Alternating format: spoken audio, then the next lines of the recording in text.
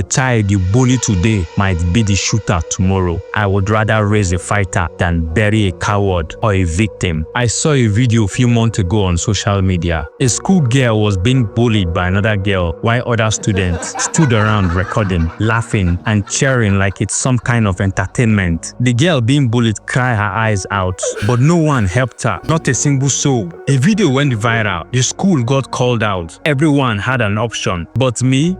I sat there thinking, what if this was my child? What if this was my sister, my niece? What happens after the video stopped trending? Does anyone care to check on the victim? Nobody talk about the sleepless nights that follows, the emotional scars, the fear of stepping back into class, the embarrassment that eats her from the inside. Some of these kids never recover. Some snap, some break, some take their own lives out of frustration and depression. We read the headlines, 14-year-old take poison after being humiliated at school. Boy staff classmates after years of bullying. And we quickly say he's evil, she's wicked, it's the devil. But did anyone ever ask why? Sometimes it's not about being possessed. It's about pain, rejection, loneliness, years of being laughed at, mocked, excluded, years of swallowing tears because they had no one to talk to, no one to trust. Some kids can't tell their parents because the truth is many parents are not listening. Some are too busy chasing survivor. Some would rather blame the child than believe them. Oh, you're always looking for trouble. You have coconut head. Just ignore them. Don't be a baby. They brush it off, but the child never forgets. That's why I say this from the deepest part of my heart. I would rather raise a child who people call too tough than raise the one who might end up being beaten, broken, or buried. Let me be honest with you. If I ever have a child, I would rather be the one going to school to apologize on their behalf rather than being the one receiving calls that my child was the victim. It's a bitter truth, but that's how bad the world is now. Because if you don't teach your child to fight for themselves, this world will teach them how to suffer in silence. That's why we need to teach our children self-defense, not violence, but how to say no when someone crosses the line. We need to teach them self-discipline so they don't lose their mind and become what hurt them. Teach them self-worth so they don't beg for validation from people who don't even like them. Teach them empathy so they understand the pain they never want to feel is the pain they should never cause to some other child. This is not about school fights or bullying. It's about emotional damage. It's about mental health. It's about survival. Because sometimes one small slap, one bad day, one insult can destroy a child's life forever. You see it on the news, school shootings carried out by teenagers. We once called quiet 15-year-olds stab a fellow student in front of their school gates. We say they were possessed, evil, but were they? If you are a parent, please ask your child real questions. Are you okay? Do you feel safe in school? Is someone hurting you? Are you being bullied? Are you being intimidated? Don't just send them to school and hope for the best. Some children return home smiling, but deep down inside, they are broken. And some never come back home at all. Moral lesson: children aren't just fighting exams, they are fighting depression, bullying, low self-esteem, and fear. Don't raise your kids who only know how to obey. Raise kids who know how to speak up, defend themselves, and stand up for what's right. Call to action. Talk to a child today. Listen to them. Defend them. Educate them. Show them love. The world doesn't need more victims or more shooters or more monsters. It needs brave, kind, and confident people. But charity begins at home. Thank you so much for listening to my podcast. I hope you enjoyed it. My name is Stanley Chooks, aka Advance, aka Pink, the fine boy.